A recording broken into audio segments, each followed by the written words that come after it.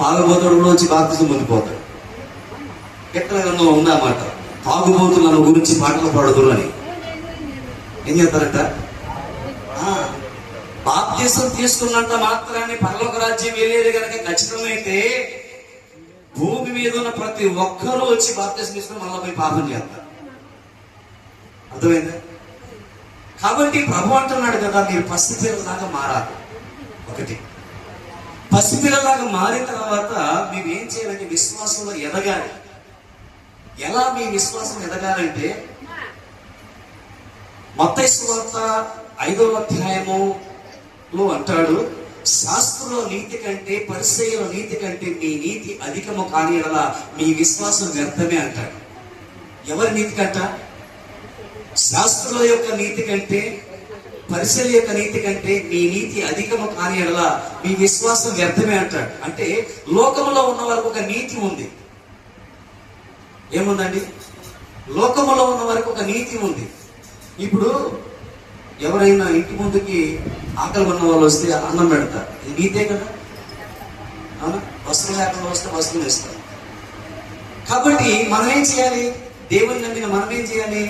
అంతకంటే అధికంగా చేయాలి కదా. అవునా? ఇతరుల కంటే మనం అధికంగా చేయాలి.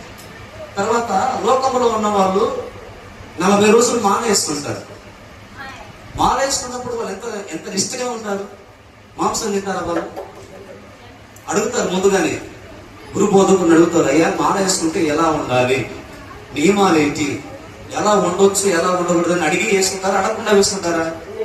ఎట్టి చెప్పాలి? అడిగి వేసుకుంటారా? అడిగేటప్పుడు గురువు గారు చెప్తారు, అబ్బాయి నువ్వు మానేసుకున్న తర్వాత కాళ్ళకి చెప్పులు వేసుకోకూడదు, ఉదయము సాయంత్రం స్నానం చేయాలి, చన్నీళ్లతో స్నానం చేయాలి, తర్వాత మాంసాహారం తినకూడదు, ఎవరు పెడితే వాళ్ళు పెట్టిన ఆహారం తినకూడదు, అది సపరేట్ గా మీరు ఉండించుకొని పవిత్రంగా ఎంచుకొని తినాలి. తర్వాత స్త్రీని ముట్టకూడదు, అంటూ ముట్టలు తగలకుండా చూసుకోవాలి. ఊర్లో ఎవరైనా చనిపోయినట్టు వార్త ఊరు విడిచిపెట్టి పక్కకి వెళ్ళిపోవాలి. కాబట్టి ఈ నియమాలు ఈ నిబంధనలు అన్ని ఉంటాయి. మందు తాగకూడదు, సిగరెట్ తాగకూడదు, ఇవన్నీ చాలా జాగ్రత్తగా పాటించాలని చెప్పి చెప్తారు. అవునా?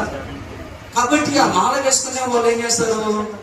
ఆ 40 రోజులు వాళ్ళు ప్రాణాలను చంపుకొని సిగరెట్ మానేస్తారు, మందు మానేస్తారు, మాంసం మానేస్తారు, అన్ని మానేస్తారు. ఎందుకని? భయం. ఇది వేసుకున్న తర్వాత ఇవన్నీ తీసుకుంటే నాకేమన్నా కీడు కలిగిద్దేమో, నా కుటుంబానికి ఏదైనా కీడు కలిగిద్దేమో నా భయం.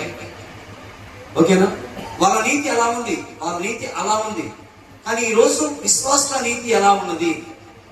వారి నీతి కంటే మన నీతి అధికం కావాలా తక్కువ కావాలా?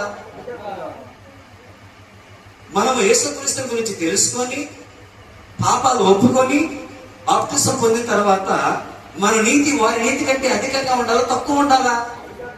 వాళ్ళది 40 రోజుల మాల అయితే మన జీవితకాలం మాల. మనకి కొన్ని నియమాలు ఉన్నాయి, కొన్ని నిబంధనలు ఉన్నాయి. వారి నియమాలు వారికి ఉంటే మన నియమాలు మనకున్నాయి. కాబట్టి ఈ నియమాన్ని దాటి మనం వెళ్ళకూడదు. వారు ఎంత నిష్ఠగా ఆ దీక్ష చేస్తున్నారో వారి నీతిని మనం చూడాలి, వారి నిష్ఠను మనం చూడాలి. వారికంటే అధికముగా చేయగలిగినప్పుడే మనం విశ్వాసం అవుతాం తప్ప అధికముగా చేయక తక్కువగా చేస్తే మనకంటే వాళ్ళే బెటర్. వాళ్ళకి చప్పట్లు కొట్టు.